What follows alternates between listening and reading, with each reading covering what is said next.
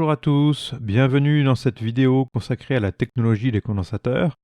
Il est très important pour un électronicien de connaître la technologie des condensateurs, puisqu'il y a des différences entre les nombreuses technologies, et afin de bien choisir son composant et savoir les reconnaître pour les différentes applications. Nous parlerons dans cette vidéo du modèle réel du condensateur pour montrer les différents défauts de ses composants. Puis nous parlerons des différentes technologies, des condensateurs non polarisés et des condensateurs polarisés. Nous nous intéresserons uniquement aux technologies les plus utilisées actuellement. Nous ne parlerons pas des technologies plus rares ou obsolètes. Et nous finirons cette vidéo par quelques mots sur le marquage des composants. Parlons tout d'abord du modèle réel du condensateur. Un modèle réel décrit électriquement le comportement des défauts d'un composant. Cette description nous amène à montrer les limitations de fonctionnement des composants. Dans le cas général, ces défauts sont négligeables ou faibles en fonctionnement normal. On part toujours d'un composant supposé parfait, ici un condensateur C, auquel on va rajouter d'autres éléments qui vont modéliser ces défauts. Le premier défaut modélisable, c'est la résistance équivalente série, qui est l'effet des conducteurs dans le condensateur. Cette résistance doit être la plus faible possible. Elle est en général très inférieure à l'ohm, voire avoisinant l'ohm, dans le cas des composants les moins performants. Dans les datasheets, on trouve souvent l'expression du facteur de perte ou dissipation factor, qui est la proportion entre la résistance série et la réactance, C-ω, exprimée comme la tangente de l'angle telle que représentée sur le plan complexe en impédance. Nous parlerons plus en détail de ces notions d'impédance dans la vidéo consacrée dans l'étude des circuits en régime sinusoïdal. Cette résistance série va avoir pour effet de créer de la dissipation d'énergie dans le composant, de limiter la vitesse de transfert des charges, et va avoir un impact sur la fréquence limite de fonctionnement des composants. Le deuxième défaut le plus important dans un condensateur est la résistance d'isolement du diélectrique. Cette résistance doit être la plus élevée possible, et les valeurs peuvent aller du mégaohm, parfois moins, jusqu'au gigaohm voire téraohm pour les condensateurs les plus performants. Dans les documentations constructeurs, on peut trouver soit la résistance d'isolement, insulation resistance, soit le courant de fuite, leakage current. Ces éléments sont parfois exprimés en fonction de la valeur de la capacité, puisqu'ils dépendent en fait de l'épaisseur du diélectrique. Ce défaut va conduire à l'autodécharge du condensateur, puisqu'il y a une perte de charge automatique dans le composant. Enfin, le troisième défaut le plus important de ces composants est l'inductance équivalente série. L'inductance est un effet des conducteurs électriques et surtout de l'enroulement des conducteurs électriques sur eux-mêmes, ou bobinage. Cette inductance doit être la plus faible possible et peut être comprise entre quelques femtohenries pour les meilleurs condensateurs et peut valoir jusqu'à plusieurs millihenries pour les condensateurs les moins performants. Nous verrons que les condensateurs les moins performants sont généralement réalisés par enroulement de différentes couches de diélectrique et de conducteurs. Elle va avoir un impact direct sur la vitesse de transfert des charges et sur la fréquence limite de fonctionnement.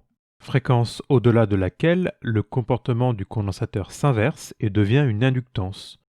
Le défaut devient prépondérant sur le fonctionnement nominal du composant. Nous verrons plus tard les détails d'obtention de cette fréquence d'inversion en fonction de l'inductance et de la capacité. Intéressons-nous maintenant aux différentes technologies de condensateurs.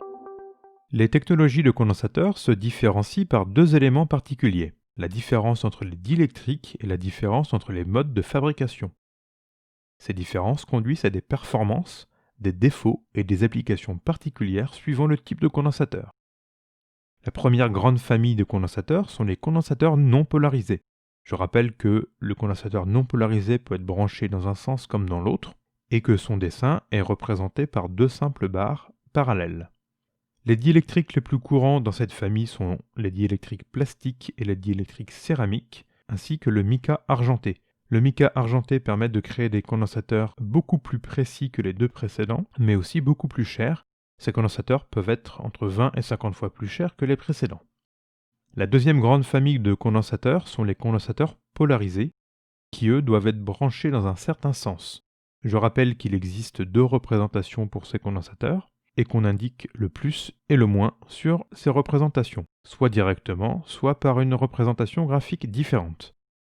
Deux types de condensateurs sont dans cette famille, les condensateurs électrolytiques à oxyde d'aluminium et les condensateurs électrolytiques à oxyde de tantale.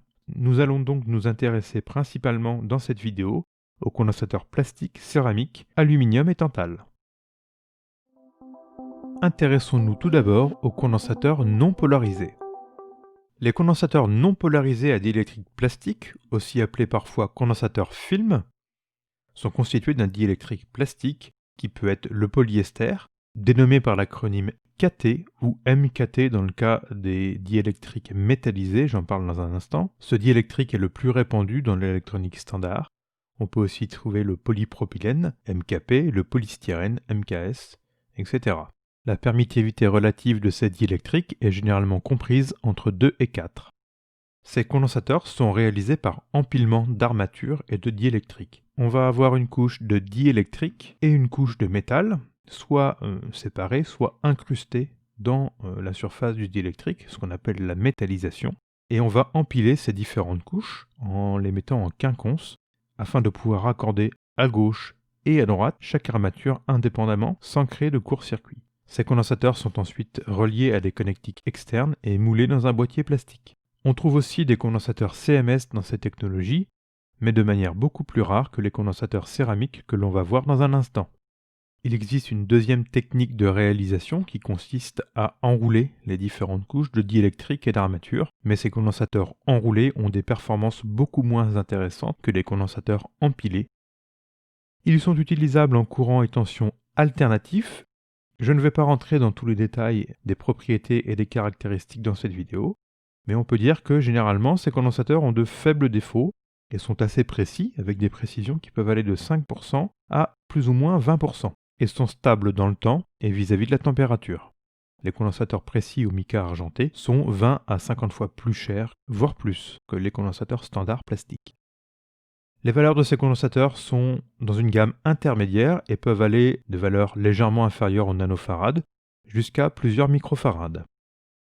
Ils sont utilisables du continu à plusieurs gigahertz et on peut trouver des condensateurs qui supportent de 30 volts jusqu'à plusieurs dizaines de kilovolts. Ce sont des condensateurs de faible coût à usage général pour l'électronique. On peut les utiliser en filtrage, en découplage, en temporisation ou dans quelconque application qui requiert des condensateurs dans ces gammes de valeurs. Les céramiques sont aussi utilisées comme diélectriques pour des condensateurs non polarisés. On obtient alors des permittivités diélectriques pouvant aller jusqu'à 10 000. On peut donc obtenir des condensateurs miniaturisés. Ces condensateurs sont réalisés soit de la manière classique par empilement d'armature et de diélectrique comme les condensateurs plastiques, on appelle ça des condensateurs MLCC dans ce cas. Les techniques d'empilement MLCC permettent de réaliser des condensateurs miniaturisés et donc des composants CMS. Ou alors, ces condensateurs sont réalisés avec une simple pastille de céramique métallisée, protégée dans un boîtier plastique et connectée à l'extérieur. Les propriétés et les caractéristiques de ces condensateurs sont relativement similaires aux condensateurs plastiques. Il existe deux types de condensateurs céramiques. Les condensateurs de type 1, qui ont de faibles défauts, sont précis et stables, et les condensateurs de type 2, qui sont moins précis et moins stables en température. Dans des applications qui demandent un minimum de précision, il vaut mieux utiliser le type 1. La différence avec les condensateurs plastiques, c'est qu'on peut obtenir des valeurs de capacité beaucoup plus faibles depuis le picofarad vers le microfarad.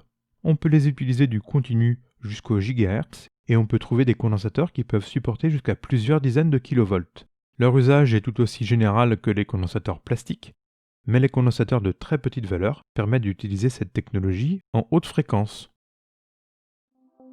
Intéressons-nous maintenant aux condensateurs polarisés. Nous allons voir que les deux principales différences par rapport aux composants précédents est que ces composants sont utilisables uniquement en tension continue et que l'on va pouvoir créer grâce à ces technologies des composants dont la capacité est beaucoup plus élevée. Le premier type de condensateur polarisé est le condensateur électrolytique aluminium.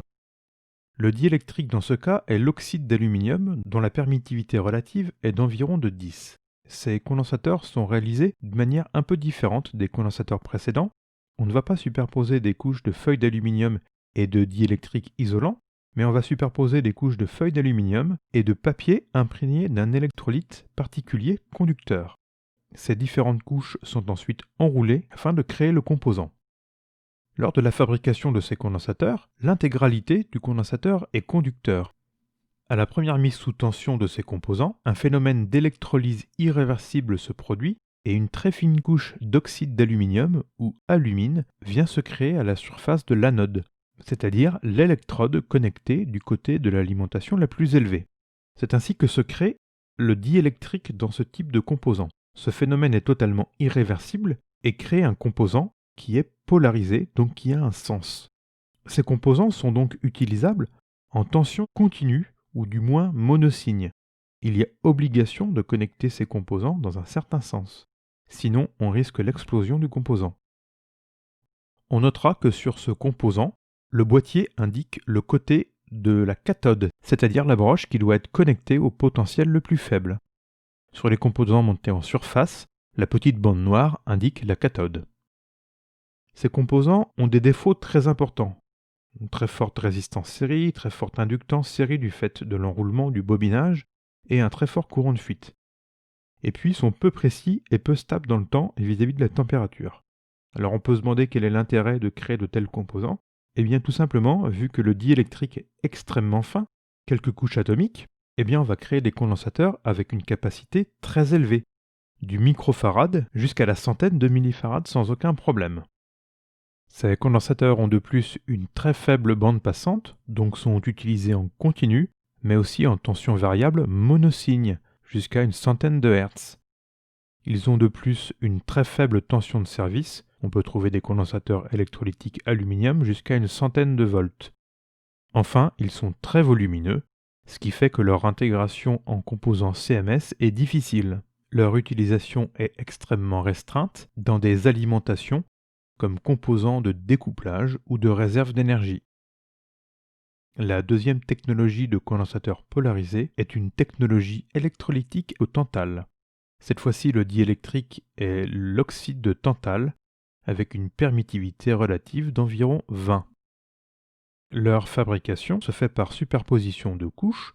Le cœur du composant est composé de tantale, lui-même recouvert d'un électrolyte, lui-même recouvert d'une électrode. Tout comme les condensateurs aluminium, à la première mise sous tension, nous allons obtenir une fine couche d'oxyde de tantale autour de l'anode. Il porte aussi le nom de tantale-goutte, dû à la fabrication des composants traversants standards en forme de goutte avec une superposition sphérique des différentes couches. Ils doivent être utilisés aussi en tension et courant continu au monosigne, et à la différence des condensateurs électrolytiques aluminium, ce n'est pas la cathode, le moins, qui est indiqué sur les composants, mais le côté plus, petite facétie des fabricants. Par rapport aux condensateurs électrolytiques aluminium, ils ont globalement de meilleures caractéristiques, sont plus stables, plus précis, ils sont beaucoup plus petits, mais aussi beaucoup plus chers. Ils peuvent être intégrés dans des boîtiers CMS de manière beaucoup plus efficace. Leurs usages sont tout aussi restreints que ceux des condensateurs électrolytiques aluminium. On peut éventuellement les utiliser dans des circuits de temporisation, car leurs faibles défauts permettent ces utilisations. Vu qu'ils sont plus petits et plus chers que leurs homologues aluminium, eh bien ils sont utilisés dans des conditions particulières lorsqu'on ne peut pas utiliser les condensateurs électrolytiques aluminium. Pour terminer cette vidéo, je vais vous parler des séries et du marquage des valeurs sur les condensateurs. Les condensateurs étant des composants beaucoup moins précis que les résistances, les fabricants utilisent généralement les séries E3 à E12 pour les valeurs. Dans la série E12, ici, j'ai mis en gras les valeurs de la série E6. Les marquages actuels peuvent être faits de 3 manières différentes. Le marquage peut être direct dans la première version, où le fabricant a suffisamment de place pour écrire l'intégralité de la capacité avec son unité, par exemple directement 100 microfarads. C'est ce qu'on trouve généralement sur les gros condensateurs électrolytiques aluminium. On peut trouver aussi une notation raccourcie où la notation ingénieur P, N ou micro remplace la virgule. Par exemple, 1N2 signifie 1,2 nanofarad.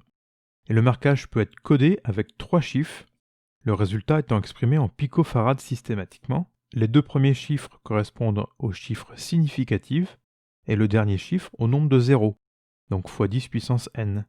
Par exemple, le marquage 473 revient à 47 plus 3 zéros, donc 47 000 picofarads, donc 47 nanofarads. Enfin, la tolérance sur les composants est indiquée par une lettre. Ce tableau résume la plupart des tolérances et vous pouvez voir qu'on a des composants dont la tolérance peut être de plus 100%. On a affaire à des condensateurs de forte capacité utilisés dans des alimentations en tant que réserve d'énergie. Le fabricant nous garantit une capacité minimum sur le composant. Si la capacité est plus élevée, c'est un plus. Les tolérances en picofarad sont utilisées uniquement pour les capacités inférieures à 10 picofarad. Les tolérances les plus utilisées en électronique standard sont les tolérances plus ou moins 5%, 10% et 20%, donc les lettres J, K et M. Voilà, cette vidéo sur la technologie des condensateurs est terminée. Je vous ai présenté les plus grandes lignes de cette technologie afin de pouvoir choisir convenablement ses composants dans la plupart des applications de l'électronique. Portez-vous bien!